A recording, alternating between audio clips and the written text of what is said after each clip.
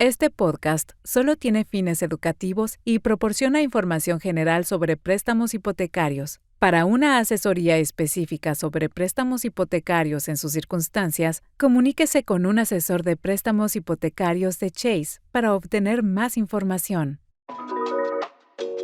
Hola, soy Nadeska Alexis y esto es Beginner to Buyer.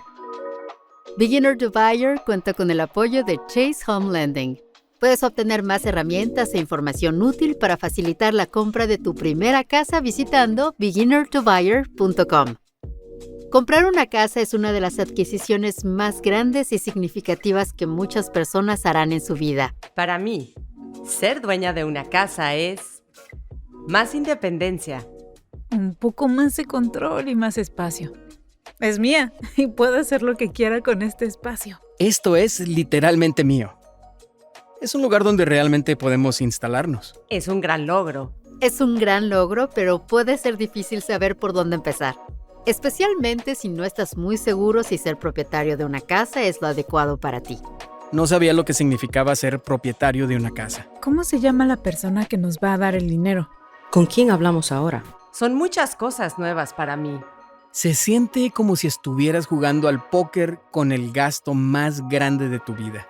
Ser propietario de una casa está cambiando y es un buen momento para educarse sobre los detalles de cómo realizar una compra. Por eso, hablaré con compradores primerizos para entender cómo están llevando a cabo ese proceso. También hablaré con destacados expertos en bienes raíces, desde agentes como Ryan Sirhan hasta profesionales en renovación como Drew y Jonathan Scott. Escucharemos consejos de asesores crediticios y de planificadores financieros y obtendremos una visión real del mercado para ayudarte a conseguir tu hogar. Decidí comprar mi primera casa hace unos años porque me frustraba el alto costo de alquiler que estaba pagando en ese momento. Al final de cada año sentía que no tenía nada que mostrar a pesar de las 60 horas de trabajo que realizaba cada semana. Y después de sacar algunas cuentas, me di cuenta que las tasas hipotecarias bastante bajas en ese momento podría encontrar una buena oferta con pagos mensuales, igual o más bajos de lo que yo pagaba de alquiler. Eso definitivamente me sorprendió. Para mí, ser propietaria de una vivienda significaba trabajar para obtener algún nivel de libertad financiera. Ser dueña de una propiedad provee muchas oportunidades. Es posible dejársela a mis hijos algún día, venderla eventualmente para conseguir un espacio más grande en donde tener una familia, o alquilarla y destinar ese dinero a otros objetivos financieros. Las posibilidades parecían infinitas, pero, para ser honesta, el proceso fue bastante desalentador al comienzo. Al ser una inmigrante de primera generación, no podía contar con mi familia para obtener consejos o apoyo financiero. Y eso a pesar de que tenía un trabajo bien remunerado. Pasé mucho tiempo investigando en la Internet, tratando de entender cómo funcionaba el proceso de compra, lo que realmente implica obtener una hipoteca, cuánto dinero necesitaba ahorrar y cómo debería verse mi situación financiera en general antes de que pudiera siquiera pensar en hacer una oferta. En ese momento, me hubiera gustado recibir el consejo de un planificador financiero o saber que podía consultar a un asesor de préstamos hipotecarios desde el principio para obtener las respuestas a muchas de mis preguntas, o que encontrar el corredor de bienes raíces adecuado haría el proceso mucho más fácil para mí. Y es por todas estas razones que me entusiasma tanto hacer este podcast. Comprar una casa por primera vez fue una experiencia muy estresante, pero resultó ser una de las mejores decisiones que he tomado financiera y emocionalmente. El dinero y tiempo que pude ahorrar en costo de alquiler y el estrés de tener que buscar nuevos compañeros de cuarto y vecindarios cada 2 años cambiaron mi vida. Mi objetivo con este podcast es hacer el proceso de compra de vivienda mucho más sencillo para ustedes de lo que fue para mí, indistintamente de las razones que cada uno tiene para comprar una propiedad. Me encantaría ayudarlos a alcanzar ese estatus de propietario, pero no sin antes brindarles mucho más conocimientos y confianza de lo que yo tuve, porque creo que todos merecemos una oportunidad para lograr cierta libertad financiera. ¿Ser propietario de una vivienda es adecuado para ti? ¿Es ahora el momento de comprar? En el transcurso de 10 episodios vamos a hablar de eso y cada paso del proceso de compra de vivienda. Pero antes de hacerlo, exploremos los beneficios de ser propietario de una casa y aprendamos cómo más personas pueden acceder a esas oportunidades. Nuestra primera invitada es Sarita Battles. Ella es la jefa de préstamos comunitarios y asequibles en Chase. Sarita se encarga de que los compradores consigan y mantengan sus propiedades. Sarita, comprar una casa es un proceso muy emotivo porque obviamente una casa es una gran ancla para la unidad familiar. Pero a un nivel más grande, si estamos hablando históricamente, ¿cuáles son algunos de los beneficios de ser dueño de una casa? Hay varios beneficios de ser dueño de una casa. Creo que el primero es tener un lugar al que realmente puedas llamar hogar y que no sea la casa de otra persona y que tengas la capacidad de hacerle cosas, ya sea dentro o fuera, y que realmente puedas llamarlo tu hogar. Creo que en el entorno actual, ser dueño de una casa es más barato que pagar un alquiler. Por lo tanto, puedes obtener los beneficios de tener un pago menor contribuyendo a tu propia casa, en vez de pagar el alquiler o pagar la hipoteca de otra persona. Así que creo que ese es otro aspecto de esto. Cuando eres dueño de una casa, hay otras cosas para las que puedes aprovechar tu compra. Puedes utilizar parte del capital de tu hogar para poder lograr algunas otras cosas que te gustaría realizar, ya sea educación universitaria o hacer algunas mejoras en el hogar. Incluso para algunas personas, a veces es para sus pequeñas empresas o para poner en marcha una pequeña empresa. Y luego diría también que realmente es sobre cuando adquieres una casa, ser capaz de aprovecharlo desde el punto de vista de la creación de un patrimonio. Lo que quiero decir con eso es ser capaz de crear lo que yo consideraría riqueza heredada. Y eso es un gran factor porque sé que a la edad que tengo, mi enfoque es crear un patrimonio y la forma en que lo estoy haciendo es adquiriendo mi propia casa y asegurándome de que estoy estructurando las necesidades de adquirir una casa para satisfacer las necesidades de mi hija o mi hermana y por consiguiente también para sus familias y sus generaciones venideras, para poder tener ese nivel de independencia dentro de nuestra propia familia y que mi hija no se preocupe por eso o dónde va a vivir o lo que puede pasar desde el punto de vista de la dinámica familiar. Siempre tendrá un lugar al que pueda llamar hogar. Y eso es lo que quiero decir con crear un patrimonio desde la perspectiva de ser propietario de una vivienda. Me alegro de que hayas mencionado los patrimonios. Es un término que hemos estado escuchando mucho, y especialmente este último año. Creo que el público estadounidense en general se da cuenta de que las comunidades de color a lo largo del tiempo e históricamente han tenido barreras para crear patrimonios. ¿Puedes hablarnos un poco de algunas de las barreras de entrada que han habido a lo largo del tiempo? ¿Y crees que hemos hecho algún progreso respecto a la accesibilidad de oportunidades para estas comunidades? ¿Sabes? Por desgracia, especialmente en las comunidades minoritarias, tendemos a venir de una generación de inquilinos donde nuestra abuela y abuelo alquilaron y luego nuestras madres y padres alquilaron. Y luego crecemos y nos acostumbramos a alquilar. Esa es la diferencia. Mi papá siempre me decía, por desgracia, no pudimos conseguir los 40 acres y una mula. Tenemos un perro en una zanja y tenemos que hacer lo que podamos con eso y mantenerlo. Por lo tanto, como resultado de eso, no hay discusiones donde la gente esté hablando sobre ser propietarios de viviendas y las cosas que se necesitan hacer para adquirir la propiedad en muchas familias de comunidades minoritarias. Y dicho esto, ya sea que estemos progresando o no, yo creo que aún queda mucho por hacer, pero creo que muchas de esas cosas son fundamentales. Número 1, la educación. Recuerdo que cuando estaba en la escuela secundaria tomé clases de economía doméstica y hablábamos sobre las cuentas de cheques, cuentas de ahorros y de crédito.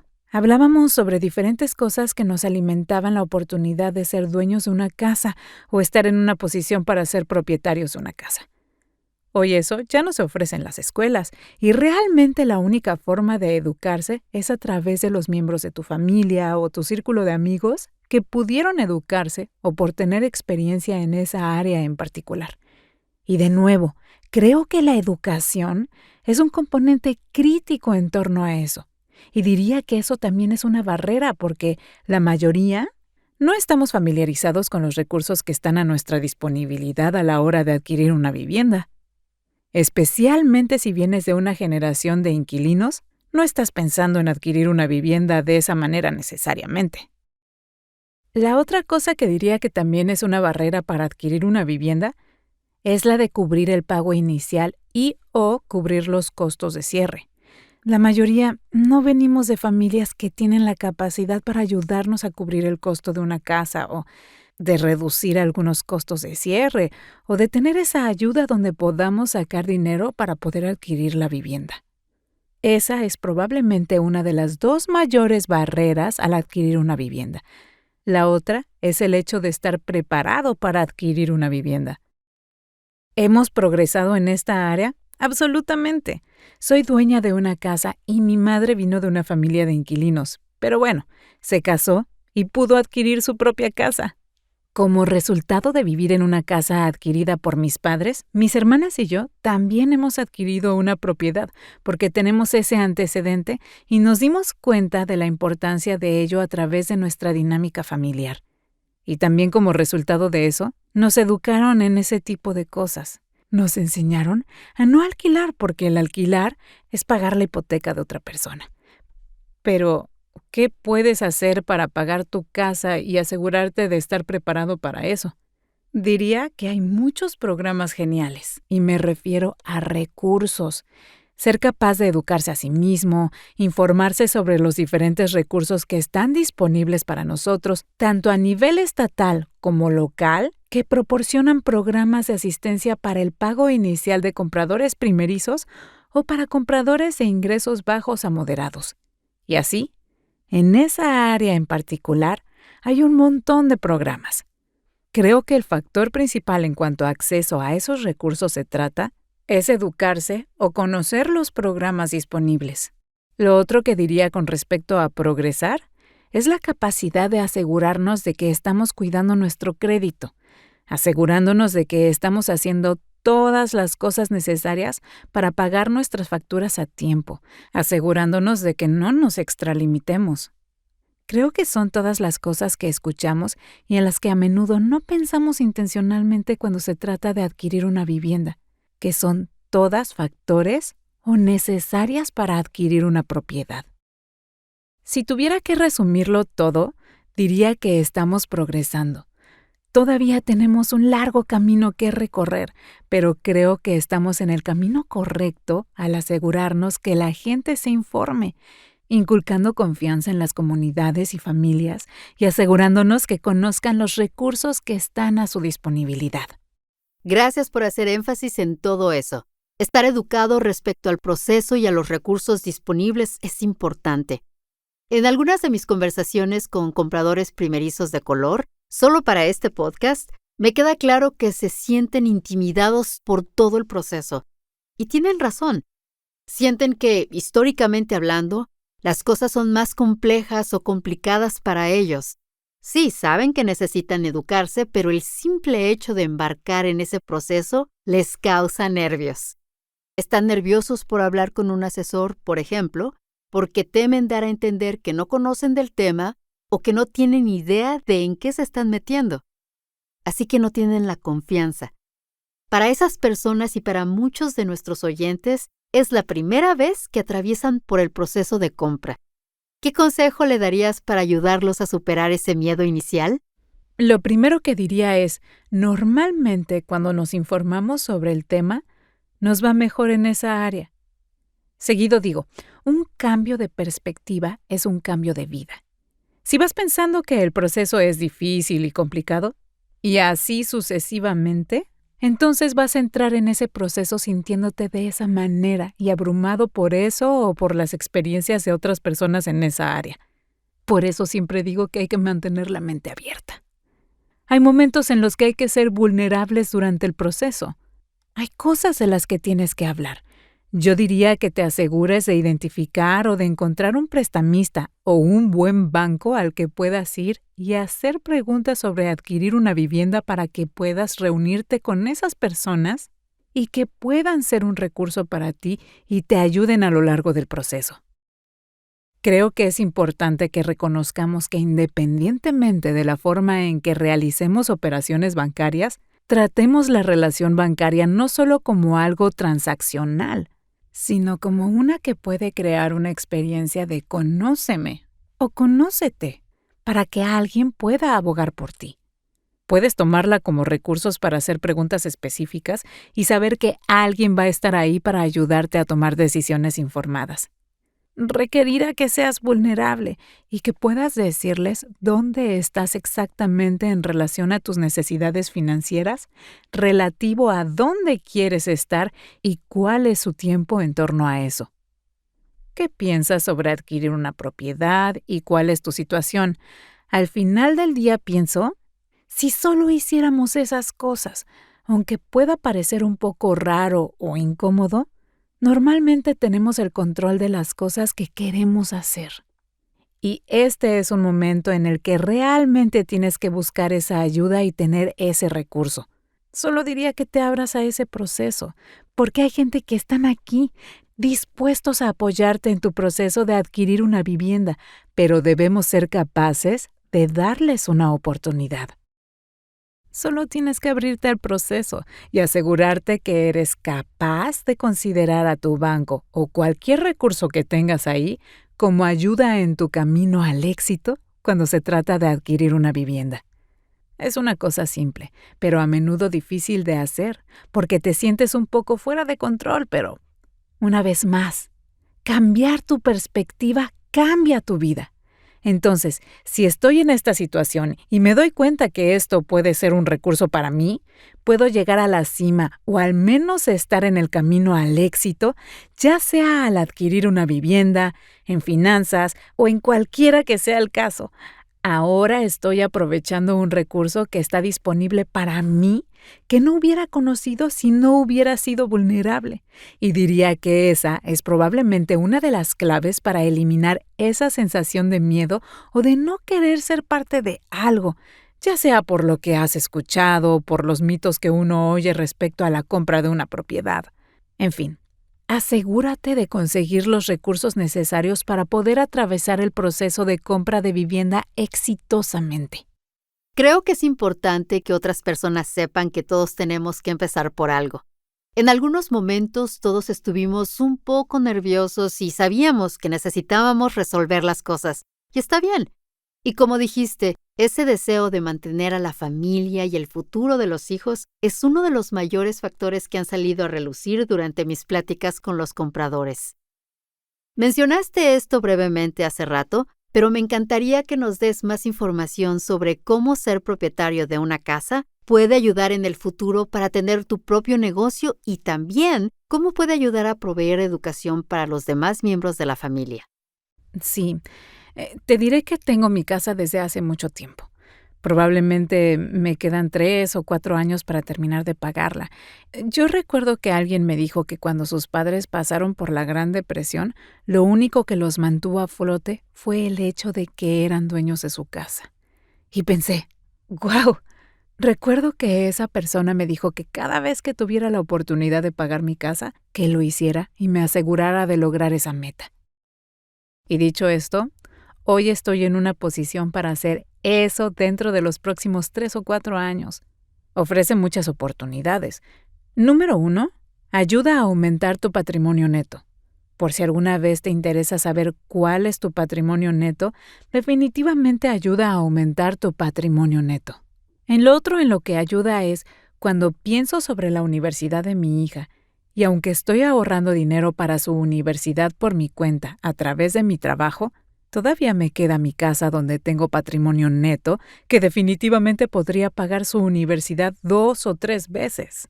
Todavía estoy tratando de hacerlo ahorrando dinero y asegurándome de ponerlo en su fondo universitario en lugar de hacer uso del patrimonio neto de mi casa.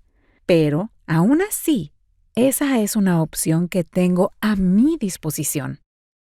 La otra cosa es incluso desde la perspectiva de una pequeña empresa. Mis padres son dueños de su propio negocio. Aprovecharon el valor de su vivienda para poder iniciar ese negocio que ahora está prosperando. Y han tenido ese negocio por más de 30 años. Pero empezó porque invirtieron en una propiedad y fueron capaces de aprovechar el capital que tenían en su casa para poder obtener un préstamo y así iniciar un negocio. La otra cosa en la que también pienso, y esto es muy importante para mí, porque pienso en cómo crecí y en el hecho de que mi madre alquilaba inicialmente. Fue madre soltera durante algún tiempo y estaba alquilando. Ella siempre pagaba sus cuentas a tiempo, pero en realidad nunca pensó en ser dueña de una casa. Ella solo quería pagar sus cuentas a tiempo. Cuando se volvió a casar, yo tenía como 13 años. Resultó que se casó con un soñador. Él siempre pensó en adquirir una casa porque él venía de una familia de propietarios. Como resultado de eso, mi madre y mi padrastro compraron una casa. Pudieron establecer un mejor crédito para mí y mis otros hermanos y hermanas que fueron a la universidad. También pudieron obtener préstamos estudiantiles gracias al crédito que establecieron a través de la adquisición de la vivienda. Simplemente abre una oportunidad para ti, sin mencionar el hecho de que mi hija no tiene que pasar por un proceso de pensar en ello. Ella simplemente sabe que adquirir una casa es importante. Y lo más importante, si elige comprar una casa, ella puede hacerlo. Si ella elige vivir en el hogar en el que creció, ella puede hacerlo, ¿verdad? Y por lo tanto, no tengo que preocuparme que mi hija no tenga un lugar al que pueda llamar hogar. Ella siempre tendrá ese lugar, pero al final del día, ella tendrá opciones. Ella podrá elegir quedarse con esa casa u optar por alquilarla y generar ingresos de esa casa, o podría optar por aprovecharla como un segundo hogar y conseguir otra casa. Lo que quiero decir es que hay tantas oportunidades disponibles cuando eres dueño de una casa contra cuando estás alquilando. Porque de nuevo, si estás alquilando, no estás contribuyendo a la propiedad. Y por el hecho de que no eres propietario, no tienes esas capacidades, no tienes esas oportunidades que ser propietario te brinda con el tiempo. Todo lo que sé es que debido a que mis padres eran propietarios, yo soy propietaria y soy la mayor. Cuando mi hermana salió de la escuela, su proceso de adquirir una propiedad se acortó porque ella fue capaz de adquirirla más pronto en el proceso. Para mí, fue cuando cumplí 34 años. Para mi hermana, fue cuando cumplió 26 años. El rango de edad se vuelve cada vez menor porque estamos empezando a entender los beneficios de ser dueños de una casa. Y para mi hermana, que está en la facultad de medicina, ella está buscando un condominio. No para ella, sino para alquilarlo eventualmente, para que cuando adquiera su primera casa, ella ya tenga una propiedad de alquiler y la capacidad de tener un ingreso adicional. Hay tantas cosas que puedes alcanzar con la adquisición de una vivienda. Solo diría que perderías más de una oportunidad si no lo haces. ¡Wow! Sinceramente no sabía que había tantas oportunidades. No sabía que adquirir una casa también puede ayudarnos a crear una pequeña empresa en algún momento. Así que en realidad estoy aprendiendo mucho. Y oye, felicidades por casi pagar tu hipoteca. Eso es realmente asombroso. Esto es algo curioso, pero cuando veo programas de televisión y el niño siempre se va a la universidad y regresa y están tratando de poner su vida en orden, los padres dicen, ven a casa. Oh, no has cambiado mi habitación, está igual. Para mí esto es realmente increíble. Es una experiencia que no tuve porque siempre estábamos alquilando y mudándonos, así que nunca sabía dónde iba a estar en las vacaciones escolares. Es realmente increíble. Entonces, Sarita, ¿puedes contarnos también un poco sobre cómo la demografía en torno a la propiedad ha estado cambiando en los últimos años? Hablaré específicamente de los hogares. Cuando pienso en hogares, especialmente cuando miramos los números absolutos o la red crecimiento de los hogares, en esta década, y esto es hasta 2028, se espera que el 77% de todos los nuevos hogares netos será minoritario.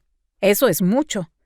Y los afroamericanos y los hispanos constituirán alrededor del 53% de eso. Los hispanos constituirán el 37%. Los afroamericanos constituirán alrededor del 16%. Entonces, si lo piensas bien, el 53% del crecimiento neto de nuevos hogares será de afroamericanos o hispanos, pero el 77% de minorías. En la próxima década, que es el 2038, se espera que el 102% de todos los nuevos hogares sea minoritario. Ese es un número increíble. Sí lo es. Entonces, cuando piensas en el trabajo que estamos haciendo en torno a nuestro compromiso de 30,000 millones y nuestro camino adelante, tiene sentido que centremos nuestros esfuerzos en afroamericanos y latinos. Porque nuevamente, cuando comenzamos a observar el crecimiento de los hogares, de ahí vienen los números. Aquí está la otra plataforma alrededor de eso. Es cómo crece el hogar. Desde la perspectiva de la tasa de propietarios, esos dos, afroamericanos e hispanos, tienen la tasa de propietarios más baja entre cualquier otro segmento dentro de este país. Y entonces, en 2020, la tasa de propietarios de afroamericanos fue del 44,1%, hispanos 49,1%. La tasa promedio es alrededor de 67-68%. Los anglosajones están probablemente alrededor de 76%. Cuando empiezas a pensar en que el crecimiento de los hogares vendrá de los afroamericanos y latinos, pero las tasas de propietarios son las más bajas entre esos dos segmentos, ahí está tu oportunidad. Si cerramos esa brecha, entonces estaríamos contribuyendo al crecimiento de este país. Y esa es una de las razones por las que nos centramos tanto en eso y de asegurarnos de que estamos abordando la brecha racial no solo en otros ámbitos, sino también en la adquisición de propiedades. Increíble. Esos números son realmente alucinantes. Además de ese compromiso, ¿existen otras formas específicas en las que piensas que la industria puede ayudar a expandir las adquisiciones de viviendas por parte de las comunidades minoritarias de bajos ingresos y de comunidades que generalmente tienen más dificultades para obtener hipotecas? Sí, tenemos que pensar en el alcance fundacional, porque muchas veces la gente piensa que el proceso de adquirir una propiedad es grande, pero realmente es relacional. Porque una vez que conoces las principales necesidades de la gente, en ese momento te ganas su confianza y su consideración.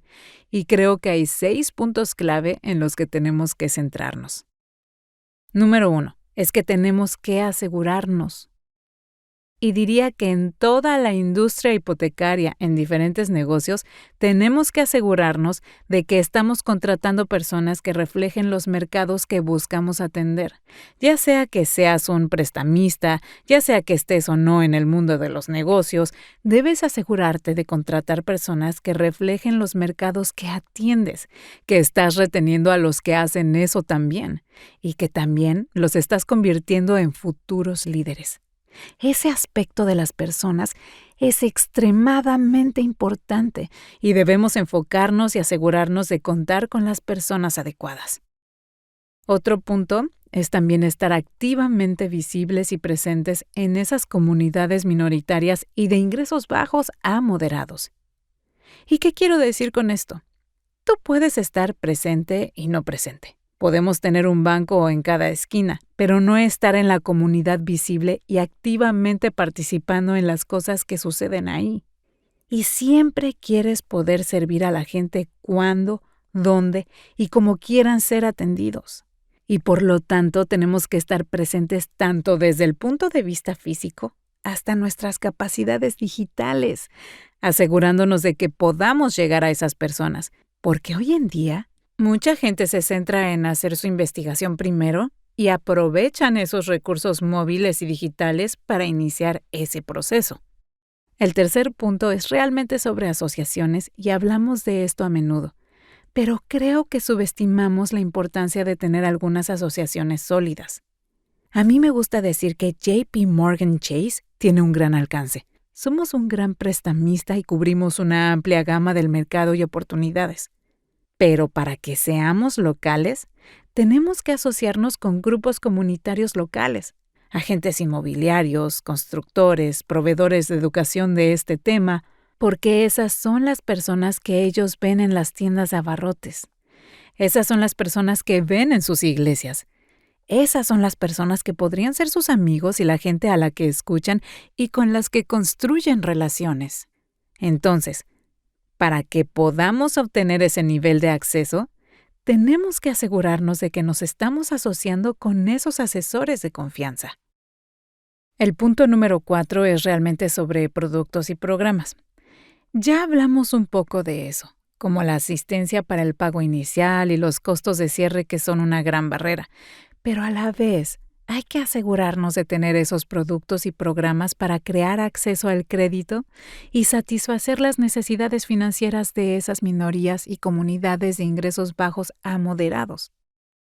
El quinto punto se trata de la promoción, de asegurarnos que estamos comercializando y alcanzando a esas comunidades, que estamos haciendo actividades, que estamos disipando mitos mientras hacemos esas actividades y que estamos allí para que nos puedan ver. Por último, y creo que este es un espacio en el que todos pueden participar, la política. Es la única cosa con la que podemos sentarnos a la mesa y hablar con diferentes legisladores, pero necesitamos a todos a bordo, hablando con su estado y con los políticos locales sobre las barreras que impiden que las personas sean propietarios, ya sea un inventario asequible, ya sea puntuación de crédito y ese tipo de cosas. E incluso pensar en cómo establecer y construir riqueza. Existen algunas necesidades políticas. Hay algunas cosas sistémicas que han sucedido dentro de nuestro país que impiden que las personas puedan participar o tener acceso. Y por lo tanto, tenemos que estar al frente de los cambios políticos, en esta área en particular, para que todos tengan la oportunidad de participar. Estos son nuestros puntos y son fundamentales para asegurarnos que estamos en un espacio o en una posición para poder satisfacer las necesidades de la comunidad, así como a los clientes que buscan ser dueños de una casa. En mis conversaciones con los compradores de viviendas, una de las cosas que surgieron es lo que mencionaste. Cuando están nerviosos para ir y hablar con un asesor de préstamos hipotecarios, una de las preocupaciones es que esa persona no se parece a mí. ¿Me irá a juzgar porque vengo de un entorno diferente? No me entenderán en absoluto. Así que creo que todo lo que describiste es muy, muy importante. Y, Sarita, gracias por compartir tanta información. Cubrimos mucho en esta conversación, pero antes de que nos dejes, déjame preguntarte. Si hay una cosa que te gustaría que un comprador primerizo se lleve de esta conversación, ¿qué es? Preparación. Esa es la pieza que podemos controlar cada uno de nosotros individualmente. Es solo asegurarnos de que nos pongamos en posición de estar preparados para adquirir la propiedad. Y requiere que sea intencionalmente. Por lo tanto, debemos ser intencionales con nuestras finanzas. Tenemos que ser intencionales en nuestra planificación. Tenemos que ser intencionales sobre cómo vemos el éxito. Y tenemos que asegurarnos de que adquirir una vivienda sea un componente de ello. Luego asegurarnos de que entendemos todo lo que necesitamos saber. En resumen, preparación y conectar con buenos recursos. Asombroso. Muchas gracias. Lo apreciamos. Saber cuándo dar el salto y comprar tu primera casa no es fácil. Especialmente si no te identificas necesariamente con los compradores de viviendas tradicionales. Pero es tranquilizante saber que hay personas como Sarita, trabajando activamente para derribar esas barreras, porque ser dueño de una casa realmente es una oportunidad que cambia nuestras vidas. En los próximos años, la demográfica del comprador de vivienda seguirá cambiando, pero la educación seguirá siendo clave para hacer realidad la adquisición de la vivienda. Acompáñame en el próximo capítulo donde profundizaremos en el proceso real de comprar una vivienda. Comenzaremos haciéndonos una pregunta esencial. ¿Estoy preparado para ser propietario de una vivienda? Hasta entonces, nos puedes visitar en el sitio web beginnertobuyer.com para aprender más. De principiante a comprador fue creado por Magnet Media y Chase Home Lending. Nuestros productores ejecutivos son Keosha Burns y Akash Vaswani. Nuestra productora principal es Ann McLean. Nuestro editor de audio es Will Watts y Kelly Drake es nuestra asistente de producción.